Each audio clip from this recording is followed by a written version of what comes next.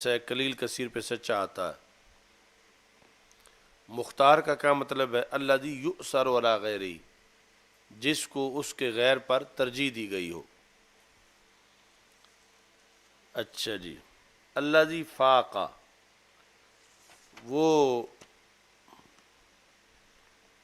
جس نے فوقیت اختیار کی، وہ تنویر الابصار اس فقہ کے فن میں۔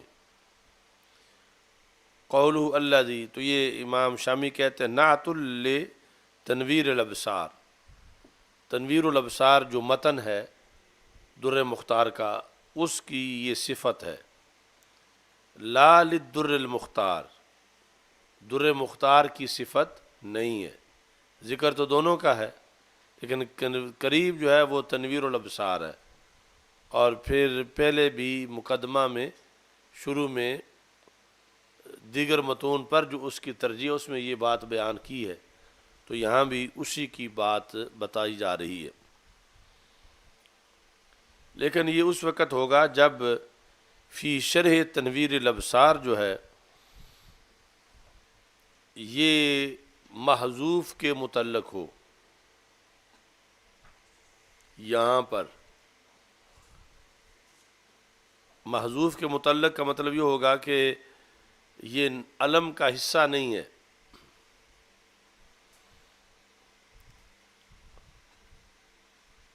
مطلب یہ ہوگا کہ میں نے اس کا نام در مختار رکھا درا حال کہ میں تنویر الابصار کی شرح کر رہا تھا۔ چونکہ اگر اس کو علم کا حصہ بنائیں تو پھر اعتراض ہوتا ہے اگلی بات پر۔ اعتراض یہ ہوتا ہے کہ جو علم کی جز ہو اس کی صفت نہیں لائی جا سکتی، علم کی جز کی صفت نہیں لائی جا سکتی۔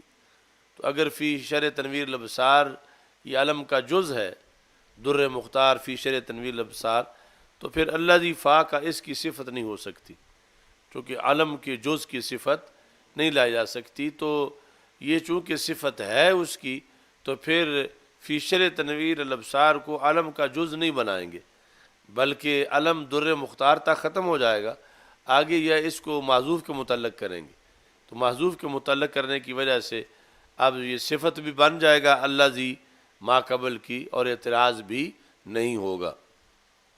اس وجہ سے انہوں نے کہا کہ یہ معذوف کے متعلق ہے اور حال ہے در مختار سے، یہ نہیں ہے جز علم کی۔ فی شرح تنویر الابصار علم کی جز نہیں ہے۔ فلا یاردو، تو پر اعتراض نہیں ہوگا کہ علم کے جز کی تو صفت نہیں لائی جاتی اور تم جز کی صفت بنا رہے ہو۔ تو ہم نے پھر یہ واضح کر دیا کہ یہ علم کا جز نہیں ہے، لہذا صفت لانے میں کوئی حرج نہیں ہے۔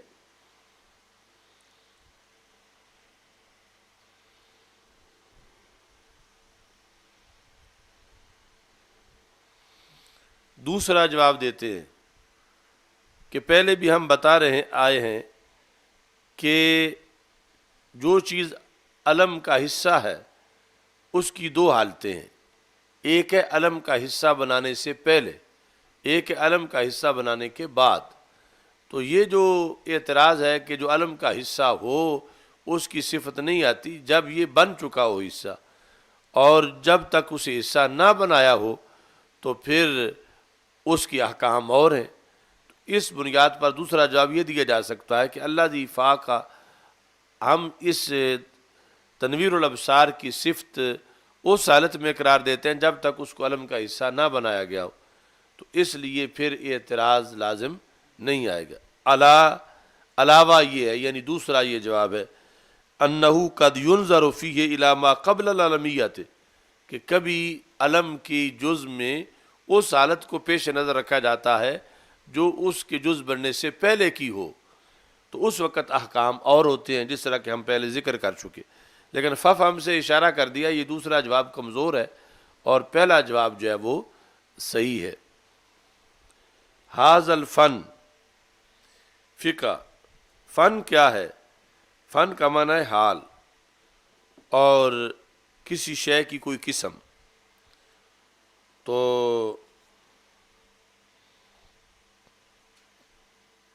جس طرح کے افنون جمع اس کی ہے افنان اور فنون، مراد یہاں علم ہے، چونکہ فقہ علوم کی انواع میں سے ایک نوع ہے۔ فا کا کتب ھذا الفن فی الضبط، ضبط میں لغوی معنی یہ ہے کہ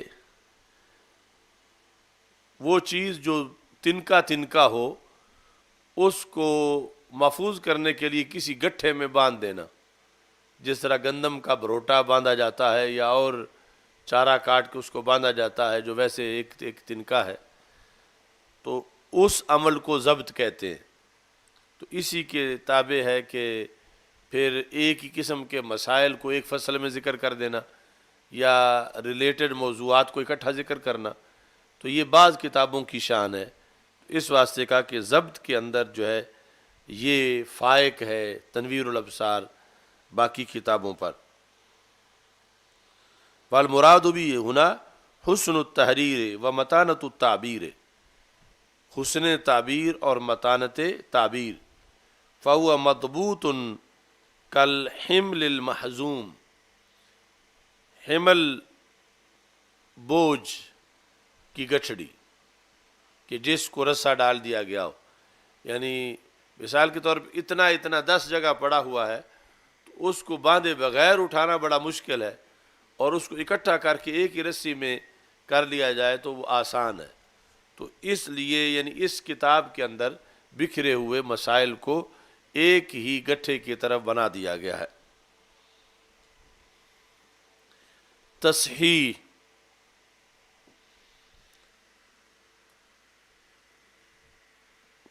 لغوی معنی ہے کسی کو صحیح کرنا یا صحیح قرار دینا، اور یہاں مطلب کیا ہے؟ اے ذکر الاقوال المصححات الا ما نادر،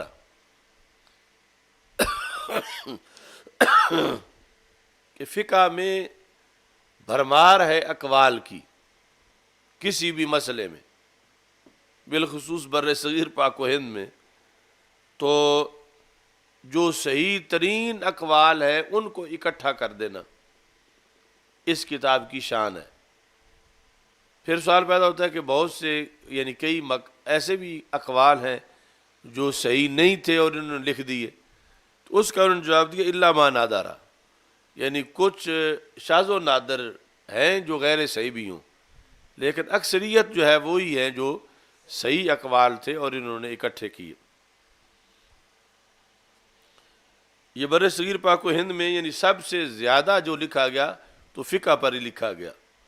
یعنی میں نے یہ جو ساری لائبریریاں چھانی مخطوطات کے لحاظ سے، تو علم حدیث پر لکھے گئے بہت تھوڑے مخطوطے ملے، انگلیوں پر گنے ہوئے۔ علم تفسیر میں بھی بہت محدود سے ملے، لیکن فقہ پر جو ہے وہ ہزاروں کے لحاظ سے،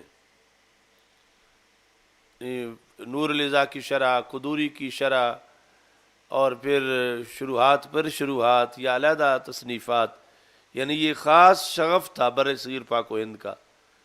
یعنی اسی وجہ سے پھر یہ فتاوی عالمگیر اور اس طرح کی کوششیں پھر کی گئیں جو منفرد کوششیں تھیں۔ تو بر صغیر کا مزاج ہی فقہی مزاج ہے، اور پھر فقہ حنفی والا مزاج، اس لیے یعنی جتنی تصنیفات بر صغیر کے اندر فقہ اور فقہ حنفی کی ہیں اتنی دوسرے علاقوں میں یعنی عرب علاقوں میں اتنی نہیں ہیں جتنا یہاں، یعنی وہ زمانہ جب عربی بولی لکھی جاتی تھی خاص طور پر، تو اس زمانے کے اندر عربی میں اتنا کچھ لکھا گیا یا فارسی میں۔ اچھا جی،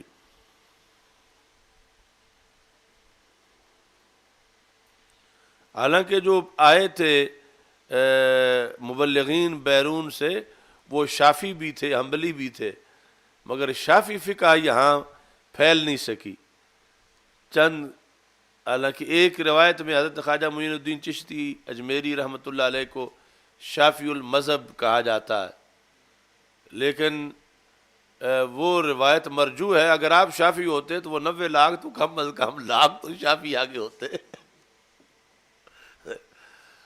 تو شافعیت کی جاڑی نہیں لگی بر صغیر میں. تو ہمارے ایک بکی شریف کے تھے مولانا معین الدین شافعی، بکی شریف سے پڑھا تھا، جو جامعہ قادریہ فیصل آباد میں ان کی قبر ہے، جنہوں نے یہ مل کر جامعہ قادریہ بنایا مولانا غلام قادر صاحب کے ساتھ. تو وہ یعنی شافعی کہلواتے تھے. میں نے ان کی تقریر سنی تھی، یعنی کہ حافظ الحدیث رحمۃ اللہ علیہ کے کل پر. تو ان کا یعنی یہی بولا گیا تھا کہ مولانا معین الدین شافعی اب خطاب کرتے ہیں. تو اس طرح یعنی بہت محدود شافعی کہلانے والے یا شافعی، باقی حنفی ہی حنفی ہے. اور بعد میں آ کر یہ جو وہابیت آئی، لیکن مزاج جو ہے وہ بر صغیر کا جو ہے وہ سارے کا سارا حنبلیت کا ہے، حنفیت کا ہے. اچھا جی،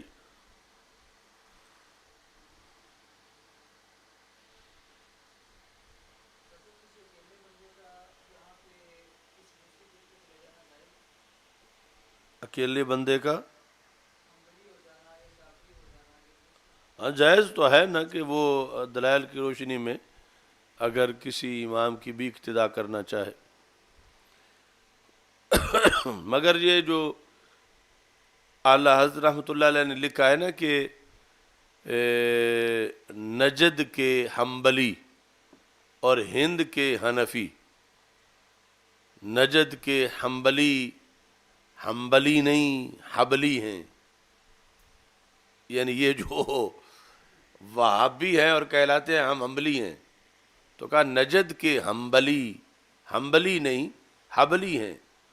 اور ہند کے حنفی، یہ جو دیوبندی کہہ رہے تھے کہ ہم بھی حنفی ہیں، تو کہا ہند کے حنفی حنفی نہیں جنفی ہیں. تو یہ مطلب ہے جعلی طور پر حنبلی یا حنفی ہونے کے دعوے دار ہیں. اصل میں وہی کمپنی ہے جو عقیدے کی بنیاد پر ان کی حیثیت ہے. تو جنفی ہے ظالم، تو کہا حنفی نہیں یہ جنفی ہیں. اور دوسری طرف حنبلی نہیں بلکہ وہابیت کا حمل ہے ان میں، اور وہ حبلی جو ہے اس میں ہو چکے ہیں. اچھا جی، اب یہ ہے کہ اختصار کہتے ہیں، اس کا معنی تو پہلے گزر چکا ہے.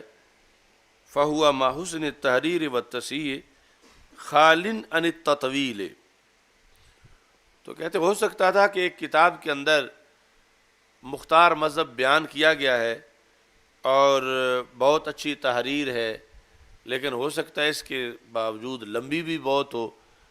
تو انہوں نے کہا کہ نہیں، اختصار سے یہ بتایا گیا کہ تطویل سے خالی ہے، کہ بلا مقصد کوئی عبارت جو ہے وہ ذکر نہیں کی گئی. لعمری، اس پر اہم بحث ہے فقہ کے لحاظ سے بھی آگے. لعمری، مجھے میری عمر کی قسم.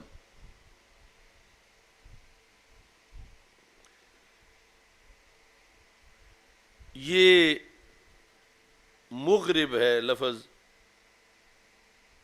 زمخشری کی جو کتاب ہے یہ اس کی خوارزمی کی لغت کی کتاب، اس میں ہے الامر بالضم والفتح، کہ امر اور عمر یہ دونوں اس میں، یعنی اس مقام سے ہٹ کر، یہاں تو ایک معین ہوگا، اس سے ہٹ کر لفظ عمر بھی بول سکتے ہیں کہ تیری عمر کتنی ہے، اور لفظ عمر بھی بول سکتے ہیں. یہ اس لفظ میں دونوں لغات ہیں، عمر اور عمر. الا ان الفتح غالب فی القسم، لیکن جب قسم ہو جیسے یہاں قسم ہے تو پھر فتح غالب ہے. یعنی اس کو لعمری نہیں پڑھیں گے، اس کو لعمری ہی پڑھیں گے، غالب اس میں یہ ہے. ویسے یہ لفظ جو ہے اس میں، اب ہمارے ہاں تو غالب بولنے میں عمر ہی ہے، کہ اتنی عمر کا ہے. اگر آپ کسی جلسے میں کہیں یہ 5 سال اس کی عمر ہے تو سب کہیں گے یہ غلط بول رہا ہے. تو اتنا غالب آ چکا ہے عمر. اچھا جی. حتی لا یجوز فیہ الضم، یہاں تک کہ اس میں ضم جائز نہیں ہے جب قسم کے لیے ہو. یقال لعمرک لعمر اللہ لا فلن کذا، اللہ کی قسم میں ایسے کروں گا. وارتفاعہ علی الابتداء، تو اس کا مرفوع ہونا مبتدا ہونے کی وجہ سے ہے اور خبر اس کی محذوف ہے. لعمری قسمی او یمینی، اور اس میں واو استئناف کے لیے یعنی جملہ مستأنفہ بنایا گیا اور لام ابتدا کے لیے. قاموس میں ہے وَإِذَا سَكَتَ اللَّامُ نُصِبَ انتصاب المصادر، جب لام جو ہے وہ ساکت ہو جائے تو پھر اس کو منصوب پڑھا جائے گا جس طرح کہ مصدر منصوب پڑھے جاتے ہیں. اب آگے آگے فقہی اور شرعی مسئلہ. وجاء فی الحدیث النہی عن قول لعمر اللہ، حدیث میں اللہ کی عمر اس سے منع کیا گیا ہے حدیث میں. لیکن نیچے جو حاشیہ ہے وہ اہم ہے. 2 حدیثیں انہوں نے پیش کی ہیں جہاں پر باقاعدہ یہ لفظ حدیث میں ہے، منع نہیں کیا گیا بلکہ بولا گیا ہے. اللقیط بن عامر مرفوعا فی خطبۃ للنبی صلی اللہ علیہ وسلم فیہ تلبسون ما لبستم ثم تبعث الصائحہ،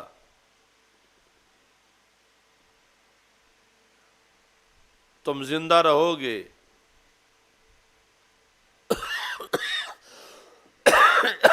جتنے تم زندہ رہے، پھر ایک چنگاڑ کو بھیجا جائے گا. لامر الہی کا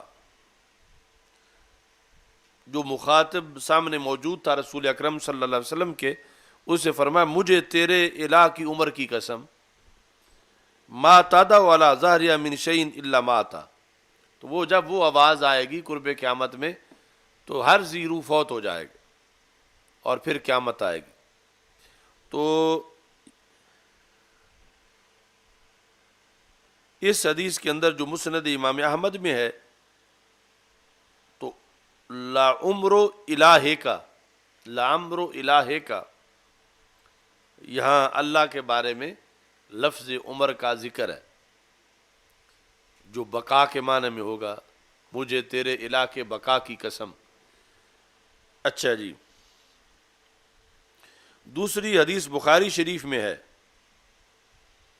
اور باب ہے پورا، قول الرجل لعمر اللہ، اللہ کی عمر کی قسم. تو حدیث افق کے اندر جو ہے اس میں یہ ہے کہ لعمر اللہ لنقتلنہ،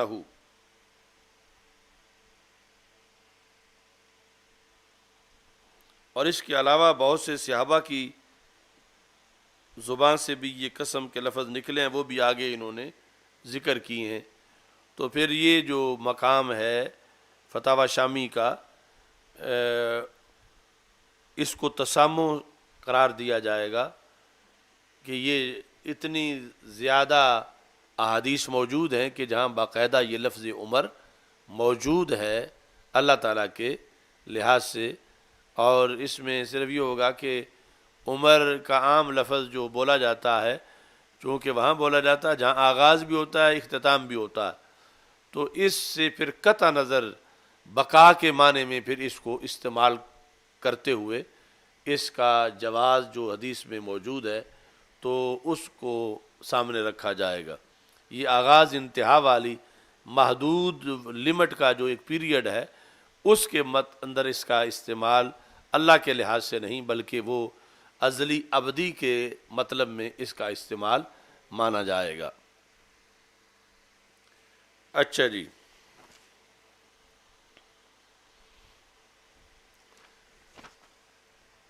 اب امام شامی جو ہیں انہوں نے پھر اعتراض خود کر دیا مصنف پر، یعنی شارح پر، کہ یہ جاہلی زمانے کی قسم انہوں نے کیوں اٹھائی، کہ اللہ کے سوا کسی کی قسم اٹھانا یہ جاہلیت کی قسموں میں سے ہے۔ تو شریعت ایسی چیز ہے نا کہ جس کے سامنے ہر کسی کو پیش ہونا پڑتا ہے۔ تو پہلے فتاوی شامی، امام شامی خود پیش ہوئے تھے، اب انہوں نے ماتن اشارے کے لحاظ سے کہا کہ حموی نے حاشیہ اشباہ میں یہ کہا ہے فَعَلَى هَذَا مَا كَانَ يَنبَغِي لِلْمُصَنِّفِ أَن يَأْتِيَ بِهَذَا الْقِسْمِ الْجَاهِلِيِّ الْمَنْهِيِ عَنْهُ قسم کہ نہیں تھا جائز مصنف کے لیے۔ یہ ینبغی کے بھی دو مطلب ہوتے ہیں۔ ینبغی کا ایک معنی ہے مناسب نہیں ہے، دوسرا معنی ہے جائز ہی نہیں ہے۔ دوسرا مطلب کیا ہے؟ اور یہ دونوں پھر قرائن سے معین ہوتے ہیں، کوئی ایک مطلب نہیں ہر جگہ کہ ایک ہی ہو۔ اب آپ گفتگو کرتے ہوئے کبھی کہتے ہیں کہ اسے جھوٹ نہیں بولنا چاہیے، ما کان ینبغی لہ ان یتکلم بالکذب، اب یہاں بھی ما کان ینبغی ہے، حالانکہ جھوٹ بولنا تو ایسا نہیں ہے کہ جیسے کہ اسے چائے نہیں پینی چاہیے، تو یعنی اس کی صحت کے لیے اچھی نہیں ہے، اسے چائے نہیں پینی چاہیے۔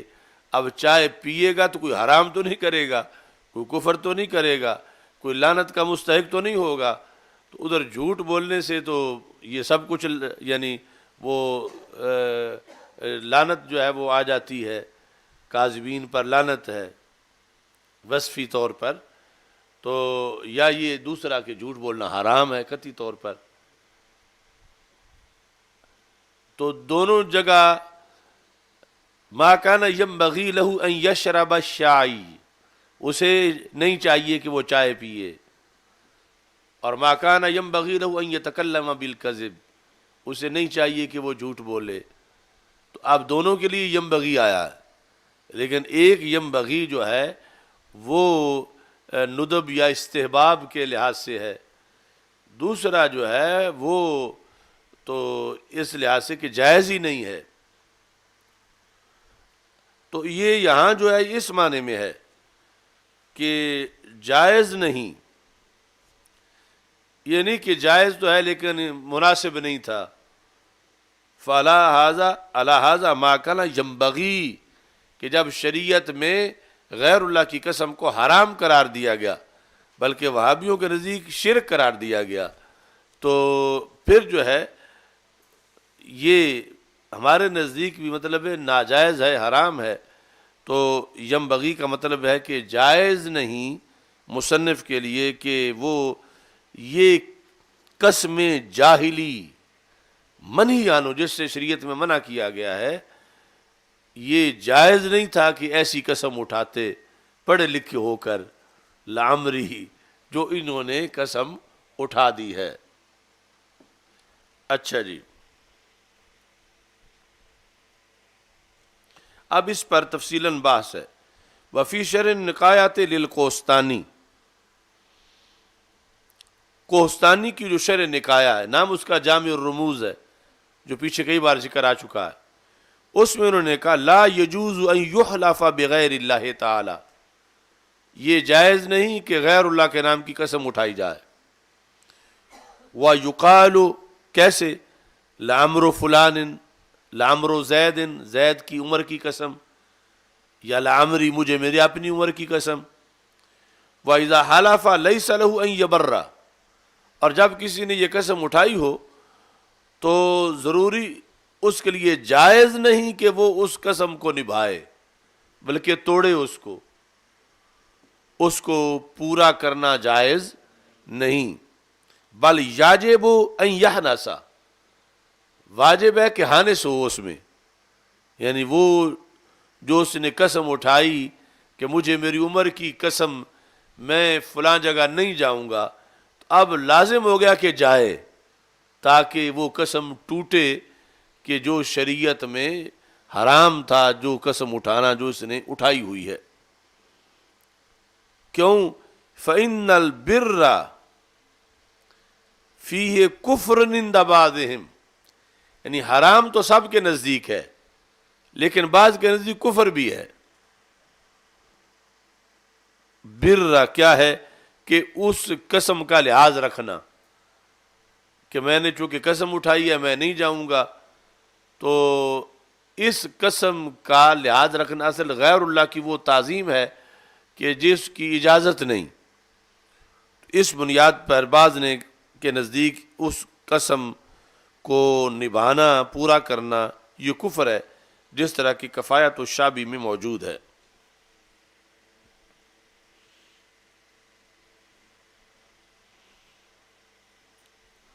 اب امام شامی کچھ کوشش کرتے ہیں کہ شارع کا دفاع کریں۔ اقولو کہتے ہیں میں کہتا ہوں، یہ اتلا جو معاملہ ذرا سخت ہو گیا ہے، تو جو جامع الرموز سے بیان کیا ہے، تو کہتے ہیں میں کہتا ہوں فاضل روم نے یہ کہا، حسن چلپی، کہاں انہوں نے کہا؟ مطول کے حاشیے میں، قولہ لعمری، وہاں بھی یہ قسم اٹھائی گئی ہے، تو انہوں نے پھر وہاں دفاع کیا۔ کیسے؟ یمکن ان یحمل علی حذف المضاف، کہ ممکن ہے کہ یہاں مضاف محذوف مانا جائے، یعنی اسے یوں رکھ کے تو ماننے کا قائل کوئی بھی نہیں کہ غیر اللہ کی قسم کے جواز میں آ کر یہ کہے کہ جائز ہے، ایسے نہیں، بلکہ یہاں مضاف محذوف مانا گیا۔ کیسے؟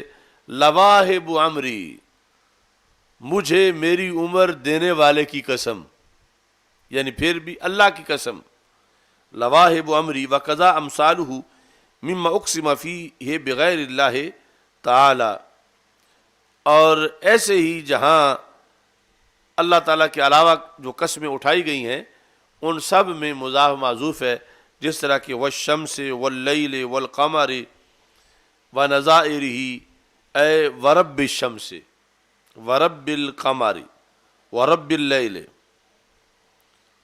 اچھا جی،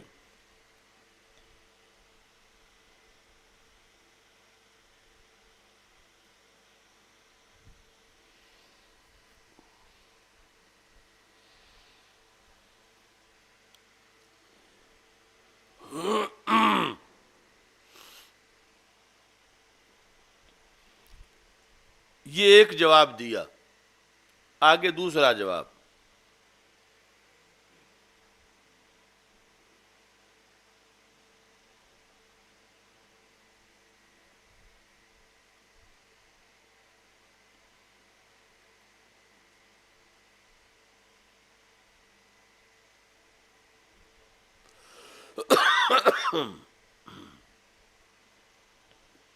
وہ یہ ہے کہ یعنی باب التاویل مفتوح، دوسرا جواب یہ ہے کہ قسم کی دو قسمیں بنائی گئی، ایک ہے صورتاً قسم اور ایک ہے حقیقتاً قسم۔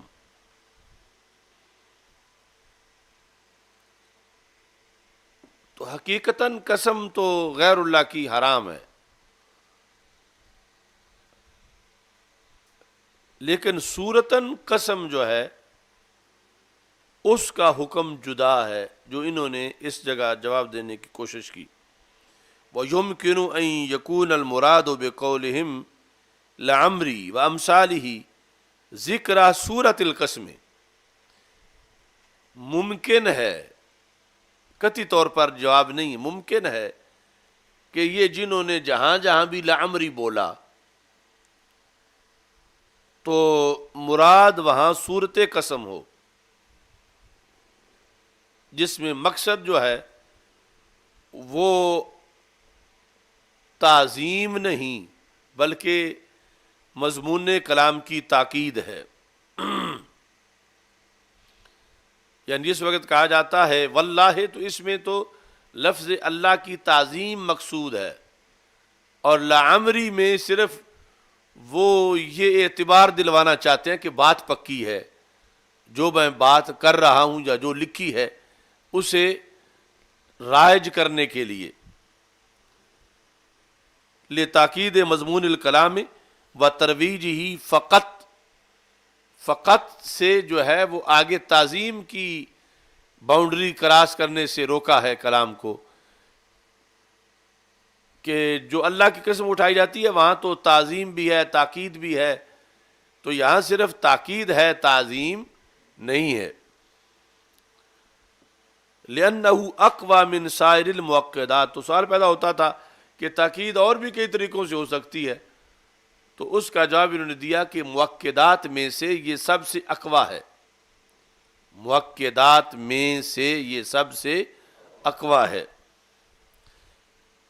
وَأَسْلَمُ مِنَ التَّأْكِيدِ بِالْقَسْمِ بِاللَّهِ لِوُجُوبِ الْبِرِّ بِهِ۔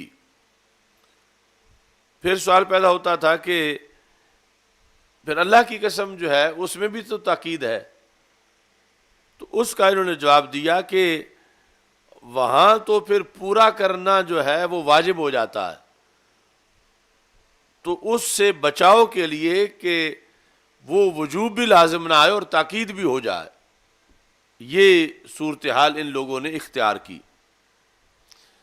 وَلَيْسَ الْغَرْضُ الْيَمِينَ الشَّرِيَّةِ، اور لعمری کہنے میں غرض صورتاً قسم ہے، یمین شرعی مراد نہیں ہے، یعنی یہ جواب کا ڈھانچہ ہے اصل کہ قسم کی دو قسمیں بنائی جائیں، ایک صورتاً قسم، دوسری یمین شرعی، تو یہ جو حدیث شریف میں ہے کہ غیر اللہ کی قسم اٹھانا اس سے منع کیا گیا، تو وہ ہے یمین شرعی، اور یہ جو کیا گیا جو کچھ یہ تھا صورتاً قسم تھی، یمین شرعی نہیں تھی، کہ یمین شرعی تب بنتی ہے جب تعظیم کا ارادہ ہو، تعظیم بھی وہ جو تعبدی ہے، جو اللہ تعالیٰ کے ساتھ خاص ہے، ویسے تو تعظیم بھی اللہ تعالیٰ کے علاوہ کی بھی تعظیم ہوتی ہے، لیکن جو خاص ہے وہ تعظیم تعبدی ہے، تو اس بنیاد پر یہاں صرف تاکید مقصد تھا، اور اس لیے یہ پھر حرام نہیں ہے۔ لیس الغرض الیمین الشرعیہ، اگلا حصہ جو ہے وہ اصل میں اسی چیز کو بیان کرنے کے لیے ہے کہ صورتاً قسم اور یمین شرعی میں فرق کیا ہے۔ کہتے ہیں وَتَشْبِیہ غیر اللہ تعالیٰ بھی فی التعظیم، یعنی اصل جو غیر اللہ کی قسم منع ہے اس کی وجہ یہ ہے کہ اس میں تعظیم کے اندر غیر اللہ کی اللہ کے ساتھ تشبیہ لازم آتی ہے۔ تعظیم میں تشبیہ جہاں لازم آئے غیر اللہ کی اللہ کے ساتھ، تو شریعت سخت منع کرتی ہے کہ غیر اللہ کو اللہ کے ساتھ تعظیم میں تشبیہ نہ دو، اور جب غیر اللہ کی قسم اٹھائی جائے تو پھر تشبیہ لازم آتی ہے، اور تشبیہ دینا تعظیم میں غیر اللہ کو اللہ کے ساتھ یہ جائز نہیں ہے۔ تو اب جس وقت یہ جنہوں نے لعمری بولا ان کا مقصد باقی معین ہم نہیں کر سکتے کہ انہوں نے یہی لیا، ممکن سے بیان کر رہے ہیں کہ ممکن ہے کہ ان کا مقصد صورتاً قسم ہو اور یمین شرعی نہ ہو، چونکہ یمین شرعی غیر اللہ کے لیے جائز کیوں جائز نہیں ہے کہ اس میں لازم آتا ہے کہ غیر اللہ کو تعظیم میں اللہ سے تشبیہ دی جا رہی ہے، اور وہ جائز نہیں ہے۔ لیکن صورتاً قسم کہ جس میں مقصد صرف تاکید ہے اور اس بات کی ترویج ہے، تعظیم مقصد نہیں ہے، تو یہ ہو سکتا ہے کہ ان لوگوں کا یہ ارادہ ہو جنہوں نے یہ لفظ بولے ہوئے ہیں، اس طرح انہوں نے دفاع کی کوشش کی ہے ان لوگوں کے لیے۔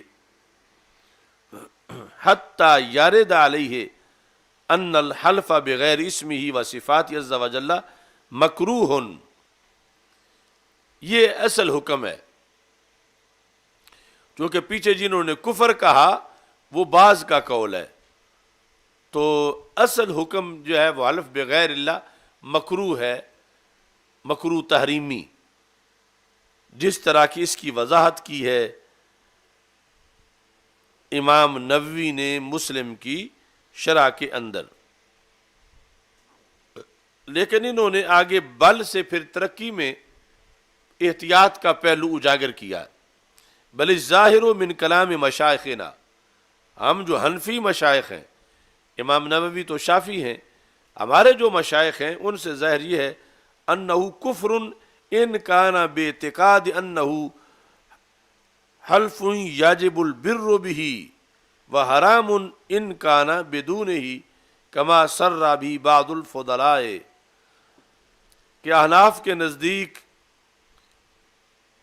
دو جہتیں پیش نظر رکھی جائیں گی.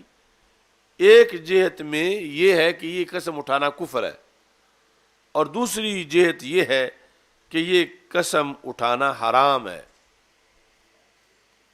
کفر اور حرام کے بیچ میں ہے احناف کے نزدیک.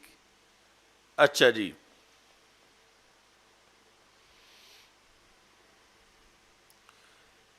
اگر وہ یہ سمجھتا ہے کہ میں غیر اللہ کی قسم اٹھاؤں گا تو یہ یوں ہی لازم ہو جائے گی جیسے اللہ کی قسم لازم ہو جاتی ہے، اس کا یہ اعتقاد ہے، تو پھر یہ کفر ہے. اور اگر یہ اعتقاد نہیں تو حرام پھر بھی ہے. ان کانا باعتقاد انہ حلف یاجب البر بہ وحرام ان کان بدونہ، جس طرح کے بعض فضلاء نے اس کی وضاحت کی ہے.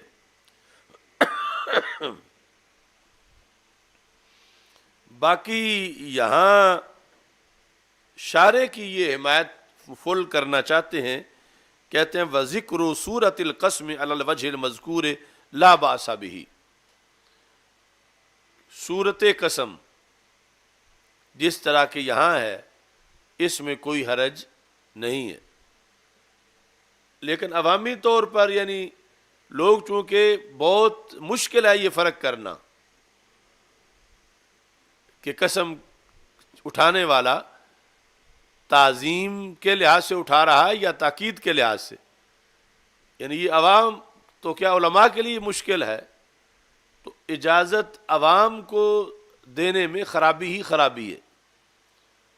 یعنی یہ محض ایک اس مقام پر ایک عالم کے ایک عمل کی جواز کی انہوں نے یہ کوشش کی، لیکن جو مسئلہ ہے وہ جو مشائخ کے لحاظ سے بیان کیا کہ اسی کو ہی پیش نظر رکھنا چاہیے کہ اس کی دو صورتیں ہیں، ایک میں کفر بنتی ہے اور ایک میں غیر اللہ کی قسم اٹھانا یہ حرام بنتا ہے. اور حرام بھی کوئی چھوٹا کام نہیں ہے، تو اس سے یعنی مکمل طور پر اجتناب ہونا چاہیے. اچھا جی،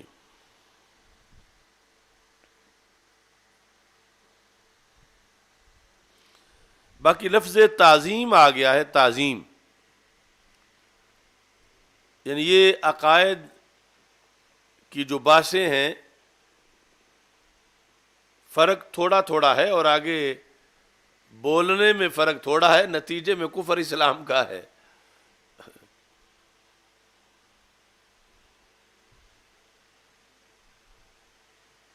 اللہ کی تعظیم اور غیر اللہ کی تعظیم، تو غیر اللہ کی تعظیم پر وہابیوں کا مطلقاً شرک کا فتویٰ ہے، جس کے مقابلے میں پھر اعلی حضرت رحمۃ اللہ علیہ نے کہا کہ شرک ٹھہرے جس میں تعظیم حبیب، اس برے مذہب پہ لعنت کیجیے.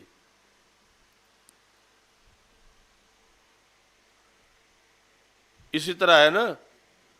اور ادھر ان کی یہ جتنا بھی لٹریچر ہے، یعنی لاکھوں کے لحاظ سے کروڑوں کے لحاظ سے جو ہینڈ بل چھپتے ہیں عمرے پر، حج پر، 60 لینگویجز کے اندر اور سب کچھ، یہ ضرور یہ چیزیں لکھتے ہیں کہ غیر اللہ کی تعظیم شرک ہے.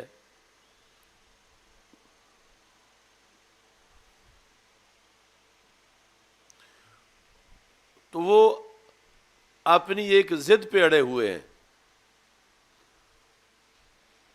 اور ہمارا مذہب جو ہے وہ سلف صالحین والا ہے، لیکن لوگوں میں اس مذہب کو سمجھنے میں بھی جہالت ہے، عام لوگوں میں.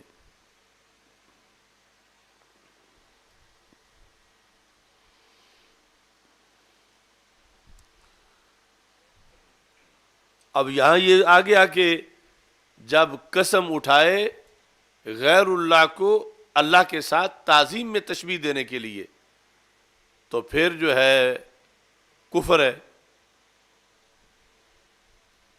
تو پتہ چلا کہ ایسی تعظیم جو اللہ کی ہوتی ہے وہ اہل سنت کے نزدیک بھی غیر اللہ کی نہیں ہے.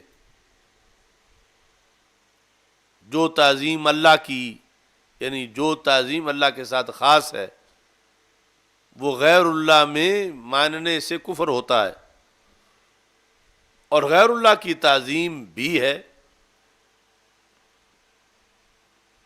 اس کو اس پر کفر اور شرک کا فتویٰ لگانا یہ خود اس کی طرف لوٹے گا جو لگا رہا ہے. تو درمیان میں فرق ہے. اور اب یہ مثلا بخاری شریف میں ہے کہ جب صحابہ کرام رضی اللہ تعالیٰ عنہ حدیبیہ میں بیٹھے تھے اور مذاکرات کے لیے عروہ بن مسعود آئے، تو انہوں نے کہا ان رأیت مالکا یعظمہ اصحابہ ما یعظم اصحاب محمدا صلی اللہ علیہ وسلم. یعنی وہاں فرق ہی نبی اور بادشاہ کا بذریعہ تعظیم ہو رہا ہے. ان رأیت مالکا یعظمہ اصحابہ، میں نے آج تک کوئی ایسا بادشاہ نہیں دیکھا کہ جس کے اصحاب اس کی وہ تعظیم کرتے ہوں ما یعظم اصحاب محمدا صلی اللہ علیہ وسلم، جو تعظیم اصحاب محمد صلی اللہ علیہ وسلم اپنے رسول صلی اللہ علیہ وسلم کی کرتے ہیں، ایسی تعظیم دنیا میں نے کہیں نہیں دیکھی. اب یہاں پر تعظیم کو ہی ترہ امتیاز بنایا جا رہا ہے کہ جو عرب قریش کا جو بیانیہ تھا اپنی میٹنگوں میں وہ یہ تھا کہ حضرت محمد صلی اللہ علیہ وسلم کو معاذ اللہ بادشاہی کا شوق تھا، اور ہم سے جدا ہو کے جا کے مدینہ منورہ میں انہوں نے سلطنت بنا لی ہے اور بادشاہ بن گئے ہیں، اور باقی تو کوئی مسئلہ ہی نہیں، بس وہ بادشاہ بننا چاہتے تھے. تو اب عروہ بن مسعود نے ان کو بتایا کہ یہ تمہارا غلط تبصرہ ہے، میں نے بادشاہ بھی دیکھے ہیں، میں نے ان کو بھی دیکھا ہے. تو بادشاہوں کے ماننے والے اور ہیں، یہ اور ہیں.